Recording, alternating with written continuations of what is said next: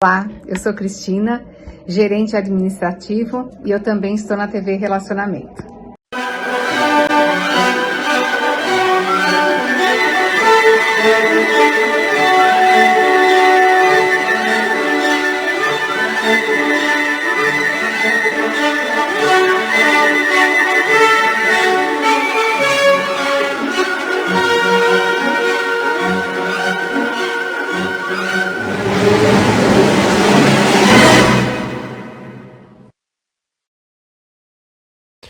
Gente, eu tô muito feliz hoje porque eu tô com um convidado muito especial aqui.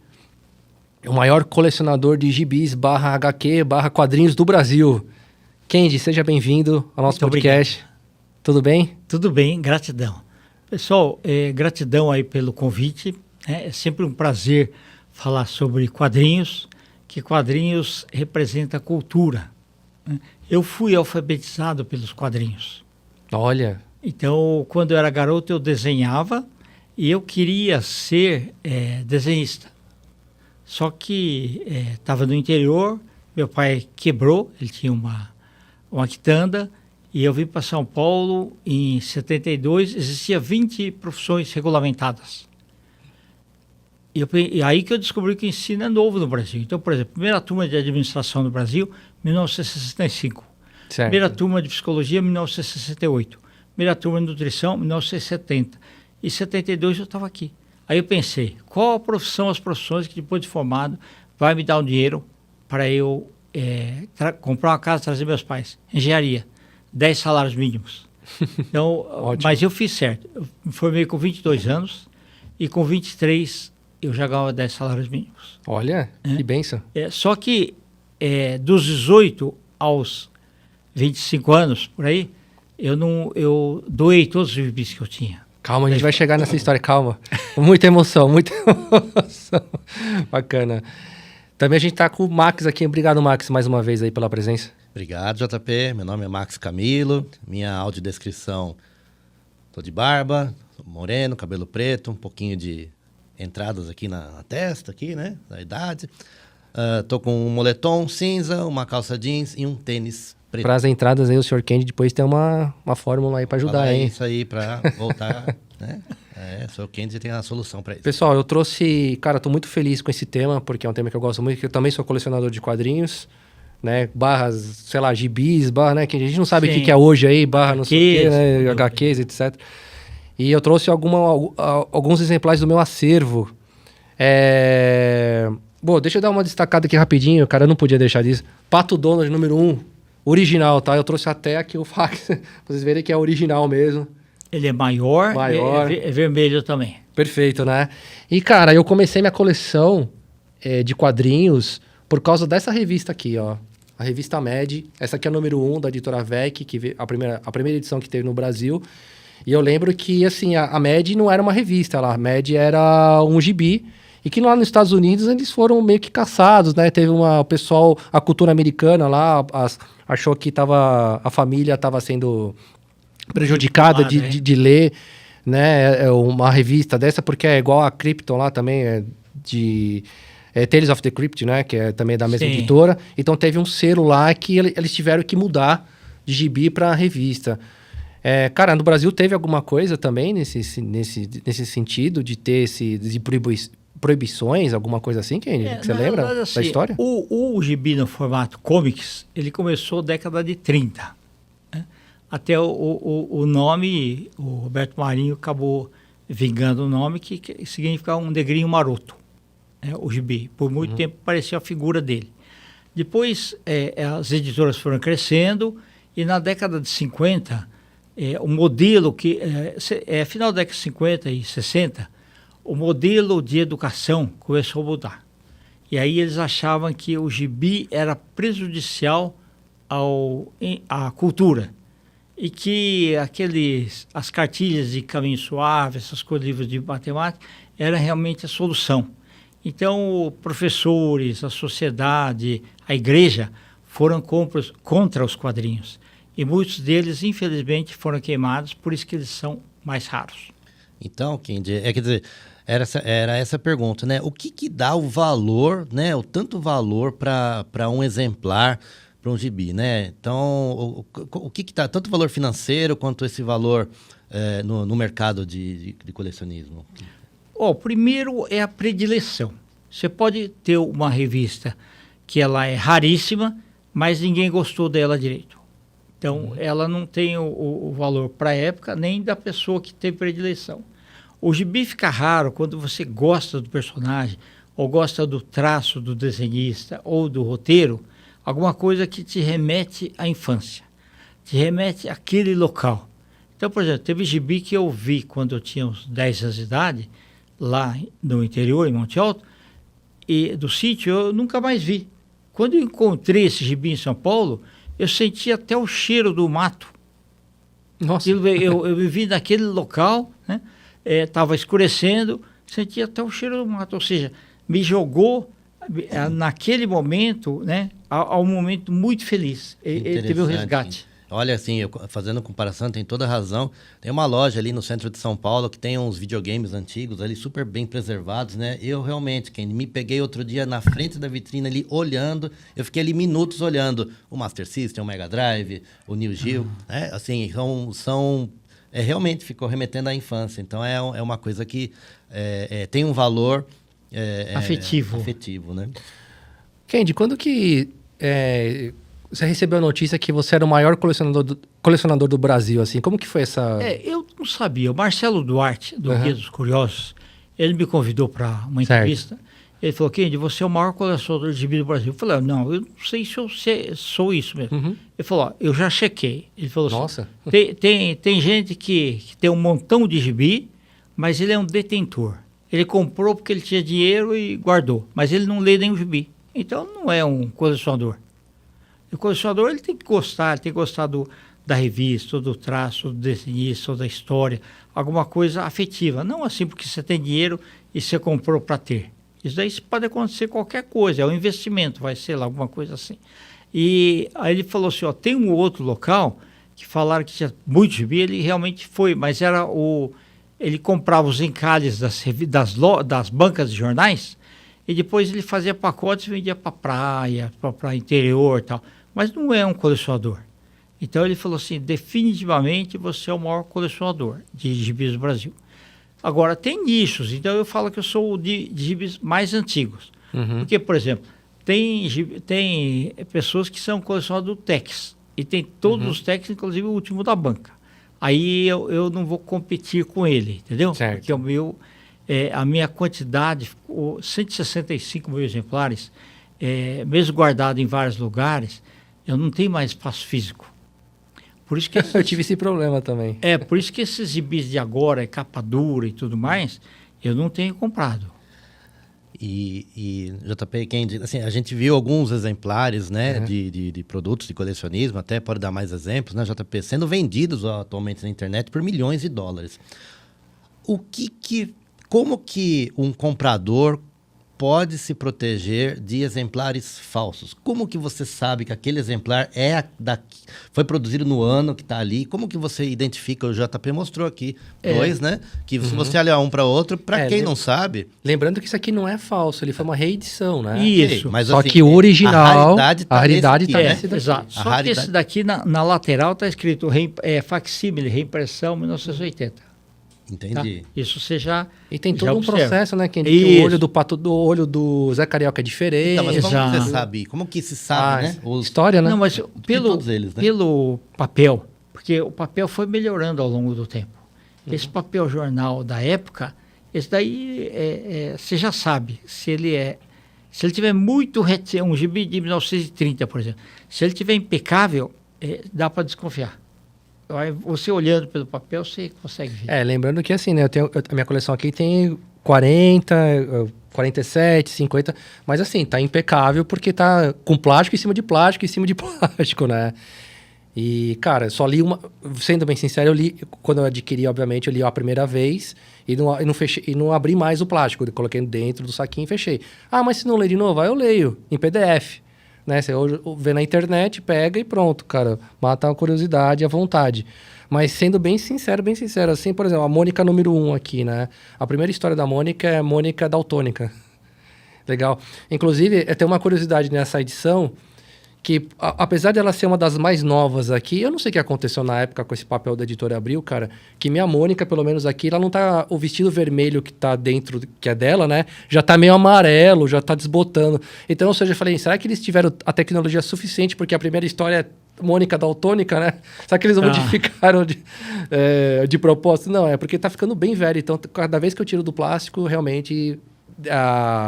o ar e tudo mais acaba deixando ele um pouco mais prejudicial, né? Nesse formato. Deixa eu contar uma curiosidade. Manda. Quando eu decidi guardar um local, você fica muito preocupado com traça, com copinha, essas coisas. Aí eu vi assim, eu estudei os insetos, mesmo os que voam, eles começam pelo chão.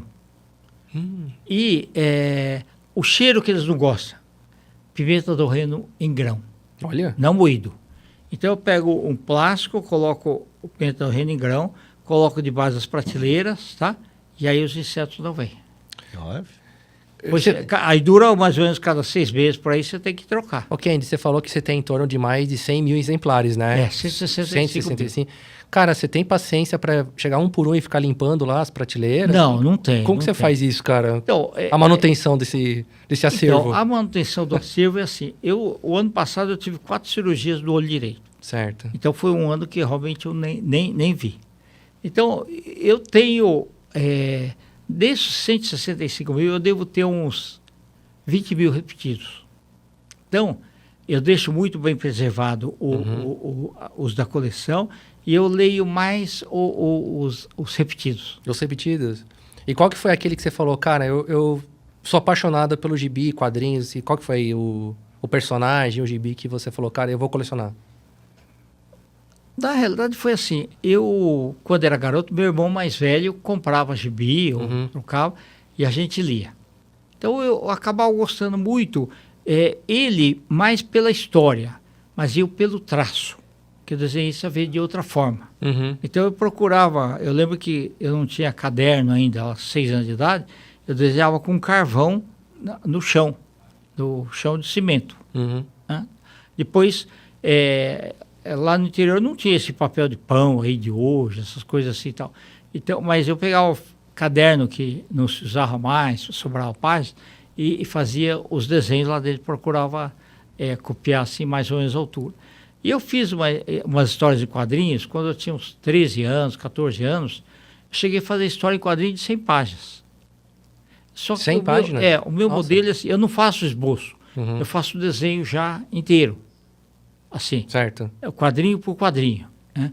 E é interessante que o meu, eu pensava mais ou menos na história e eu ia indo e modificando, até dar o finalzinho. Né? Eu acabei perdendo muito desse material, infelizmente. Atualmente, você já comprou algum quadrinho atualmente? Compro. É mesmo? Quando eu tenho aqueles grupos de quadrinhos.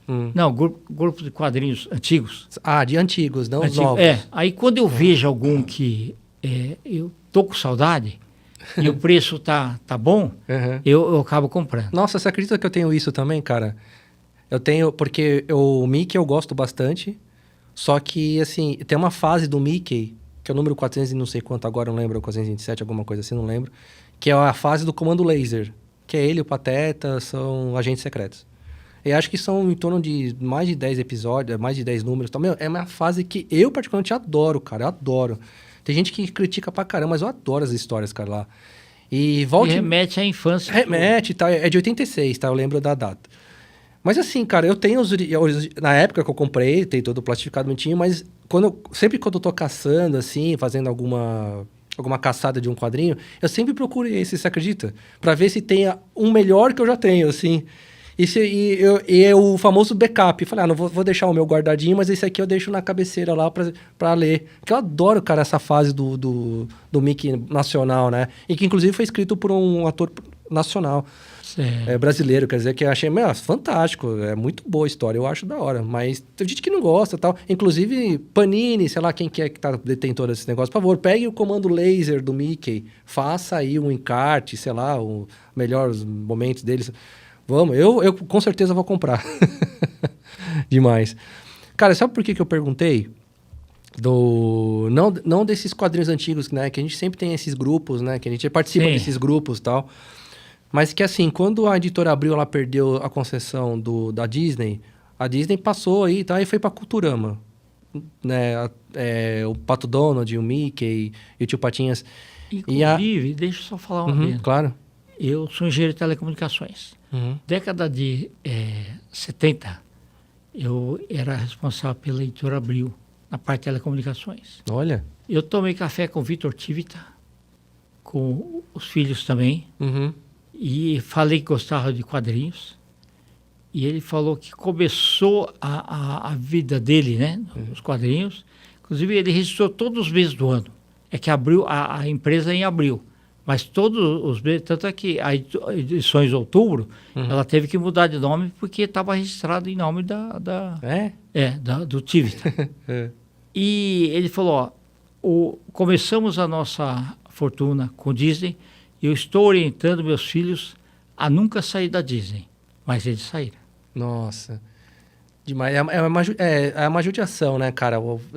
Eu, pelo menos, assim, vi a Editora Abril, né? Eu adorava tal, e o estado que ficou, enfim. Mas, assim, que eu falei do Tio Patinhas, até ele tá aqui em homenagem, exatamente por essa história que eu vou contar. No primeiro número da Culturama, o Tio Patinhas,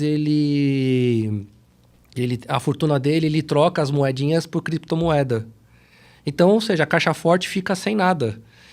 E os irmãos Metralhas vão lá, vão querer roubar, o Tio Patinhas tá falido, sei lá, não tá sem dinheiro e tal. Na verdade, não, ele tá com as moedas virtuais, cara.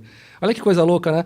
E assim, ele ficou com aquela coisa meio que, não em depressão, mas ficou, mas e aí, cara, como que eu vou fazer pra nadar? Aí ele tinha ele fez um backupzinho dele lá com as moedinhas, colocou na banheirinha lá na casa dele. Perdeu o propósito. Perdeu o propósito. Ele voltou, obviamente. Exatamente. Mas quiseram modernizar a história, né, do personagem para os dias atuais, Aliás, cara. O que remete muito à infância, como a gente está falando aqui, né? É o DuckTales, né? E assim, eu sou super fã do DuckTales. A música, tanto a música original em inglês quanto a dublada, sensacional. Se puder, a gente assiste de novo. Tinha o jogo também no Mega Drive ou Sega Genesis, assim, era o jogo. Era sensacional. Então, DuckTales realmente é uma coisa DuckTales, né? Veio o Silvio Santos que trouxe, né? No SBT, foi em 88, eu lembro. Inclusive, o primeiro episódio, que é o Tesouro do Sol Dourado, né? Dos Sóis Dourados, ele passou na íntegra, porque são 5 episódios, né? O Silvio Santos deixou de passar o programa dele para passar DuckTales de domingo. A estreia foi um sucesso. Nossa, arrebentou, adorava, cara. E era muito instrutivo mesmo, você aprendia muito. Aprendia. O DuckTales, assim, por ser uma história meio que, entre aspas, infantil, ele tinha muita coisa adulta, assim, né, cara? Inclusive, no estado... toda a mecânica dele, a produção, os episódios eram dos mais caros da Disney pra produzir, cara. Ele era... Não, porque o Max falou, a música é maravilhosa. A trilha sonora do DuckTales é maravilhosa, né, mano? É demais, assim. Ok, você falou do Tex, né? Que você gosta desse personagem? Gosto também. Na verdade, assim, ele começou como o Júnior. Parecia um talão de cheque. A revista. E... só que... a revista Tex, por exemplo, no Brasil, ela foi bem em vários países, mas ela não entrava nos Estados Unidos. Por quê? Eles falam, os americanos falam que o faroeste aconteceu nos Estados Unidos. Não tem nada de bang italiana, essas coisas assim, né? E só que o Bonelli depois mudou a estratégia e pegou desenhistas americanos bons, tipo Joe Kubert, que desenhava Tarzan, os personagens, para desenhar o Tex.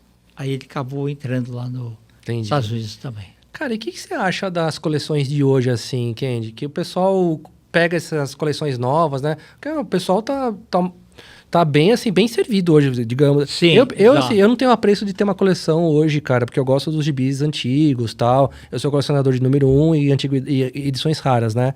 Não que essas edições de hoje não vão se tornar raras daqui a uns 40 anos, possivelmente. Você precisa ter espaço físico, tá? Dinheiro para comprar e precisa ter tempo para ler. É os 3 pilares, né? Senão não adianta muito, né? Então, as pessoas, às vezes, muita gente ainda pensa em investir e deixar guardado. E olha só que interessante, Na época, década de 80, Abril Jovem, publicou um monte de coisa. E o pessoal foi colecionando e guardando. Aí, quando essa pessoa chega aos 20 e poucos anos, ela vai casar. E aí a esposa nova, né, que era a noiva, fala assim, ó, não traz esses cacarecos para mim. E deixa na casa da mãe. Passa lá uns anos, a mãe fala assim, olha, eu não quero mais esse negócio aqui. Né, tal. Aí ele é obrigado a vender. Entendeu? Então tem momentos que você acha de monte. Tá? É como se esse fenômeno ocorresse com um monte de casais e tivesse acontecido isso daí. Também tem essas coisas também. Entendi. Já aconteceu isso com o senhor? Não. Não? Não. Comigo não. Quando eu casei, eu não tinha nenhum gibi. Ah, que legal. Eu voltei a colecionar, foi assim, eu já tinha tido os 2 filhos, e eu comecei a sonhar todas as noites que eu tinha voltado a colecionar. Nossa. E nos meus sonhos vinha capas que nunca foram publicadas, histórias também que nunca foram publicadas. E eu comprei o jornal Primeira Mão e vi lá algumas pessoas vendendo. Comecei a comprar e falei assim, escuta, me dá o telefone de outros vendedores. Ah, não pode, que não sei o quê. Eu falei, tem que mudar uma estratégia. Aí eu publiquei um anúncio, assim, colecionador quer se desfazer de raridades dos anos 40, 50 e 60. Tratar e tal. Aí um monte de gente começou a me ligar, a primeira coisa, opa, seu nome e telefone, que era fixo, não tinha celular nenhum. Eu falei, olha, eu vendi tudo, não posso falar com quem vendi, mas eu estou com vontade de colecionar. Eu comecei a comprar desses caras. Muito bom, né? E foi assim que eu fui. Aí eu lecionava também, sempre assim, trabalhava de dia e lecionava à noite. Então eu pegava basicamente todo o dinheiro que eu lecionava, 13º também, e comprava o gibi. Nossa. E fazia um projeto diferente e tal. Mas eu fui enganado também. Muitas vezes eu comprei coleções que nunca me entregaram. De outros não tinha internet, né? Então... Não tinha. Então a pessoa desaparecia. Depois que você sabia que a pessoa era caloteira e tal. E tinha pessoas que faziam assim, por exemplo.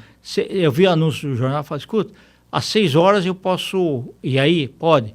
Só que vinha até era um bombeiro, que era um vendedor, ele passava de dia, comprava as raridades e pegava aquilo que não se vendia nada, tipo edição maravilhosa, tal, não sei o quê, e falou, olha, eu não vou comprar esses daqui que eles valem muito, eu quero só esses daqui. Então, quando você chegava, tinha aquilo que tinha de monte. Nossa, eu acho magnífico que assim, cada exemplar, né, tem uma história para contar, né? Tem uma história para contar, exatamente. Eu, por exemplo, vou citar um exemplo aqui. De vez em quando, eu faço uma limpeza lá nos meus objetos e faço umas vendas lá. E curioso foi que coisas antigas, às vezes, né, que eu acabo desfazendo, é uma questão de minimalismo, tá?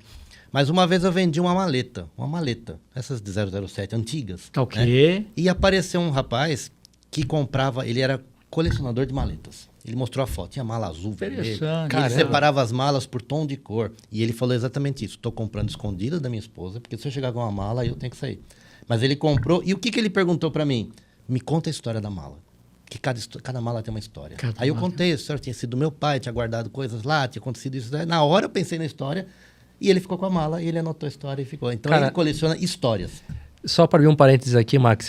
Você se arrepende de ter vendido sua coleção de comandos em ação? Você tocou num ponto agora, hein? Agora tu começou a suar aqui, né? Rapaz do céu, eu tinha coleção de comandos em ação, todos os bonequinhos, tudo perfeito, nunca tinha perdido nada, não tinha quebrado nada. Só que a coleção ficou muito grande. E aí, de novo, aí é uma característica. Né, é o espaço que o Kendi falou. Era o meu quarto, era o tamanho do quarto inteiro, eu já tinha que sair. E acabou que eu acabei anunciando e vendendo essa coleção. Veio uma pessoa do interior de São Paulo, lembro bem, pai e filho. E o pai até falou, pô, mas você tá cobrando muito? Eu falei, imagina, eu tô cobrando nada, né? Assim, e aí ele levou embora a coleção todinha, 100%, tinha tudo. E hoje cada bonequinho custa uns R$300 em média, hein, cara? Né? Aí, é isso que aconteceu. Eu vendi toda aquela história lá. Mas, de novo, aí é uma característica das pessoas, né, de pouco diferente. Eu tenho mais a coisa do minimalismo. Então, aí realmente a coleção ficou... Mas sim, JP, respondendo a sua pergunta, se eu encontrar... O rapaz que comprou de mim lá em 2006, faz 20 anos. Acho que já deve ter passado. Mandar um abraço para ele. Desculpa. Mandar um abraço para ele aí, que o rapaz comprou lá, né? Acho que fez um bom negócio, deve estar bem bonito na casa dele lá. Ô, Kendi, o que representa os quadrinhos para você, cara? Quadrinhos para mim significa, eu diria que minha razão de ser. Uhum. Eu fui Bacana. alfabetizado pelos quadrinhos, os valores morais, cívicos que os quadrinhos me trouxeram, tá? Aquela ideia de super-herói, né, que a gente sempre almeja, o final sempre feliz, desde que ele siga os padrões éticos e morais. Kendi, foi um prazer estar com você aqui. Eu que agradeço Bacana. imensamente, viu? Cara, seus projetos, redes sociais, como o pessoal te encontra aí? Tá, @Kendi Sakamoto e @TV Relacionamento. Tá com a TV lá, fazendo também podcast Isso, lá, é isso? perfeito. Entrevistas, né? Entrevistas. Eu vou colocar na descrição aqui do vídeo favor. a sua TV também, seu Tá seu ótimo. canal. Obrigado, Vi. E Obrigado. você, Max, como que estão as coisas? Sou consultor financeiro, pode me encontrar o pessoal no Instagram, consultor Max Camilo. Show de bola. Galera, é um papo bem interessante assim, mas a gente tem pouco tempo, né? E o tempo passa rapidinho, cara. É bom, né? Agradeço aí pelo vocês estarem aqui com a gente. Até o próximo episódio. Valeu.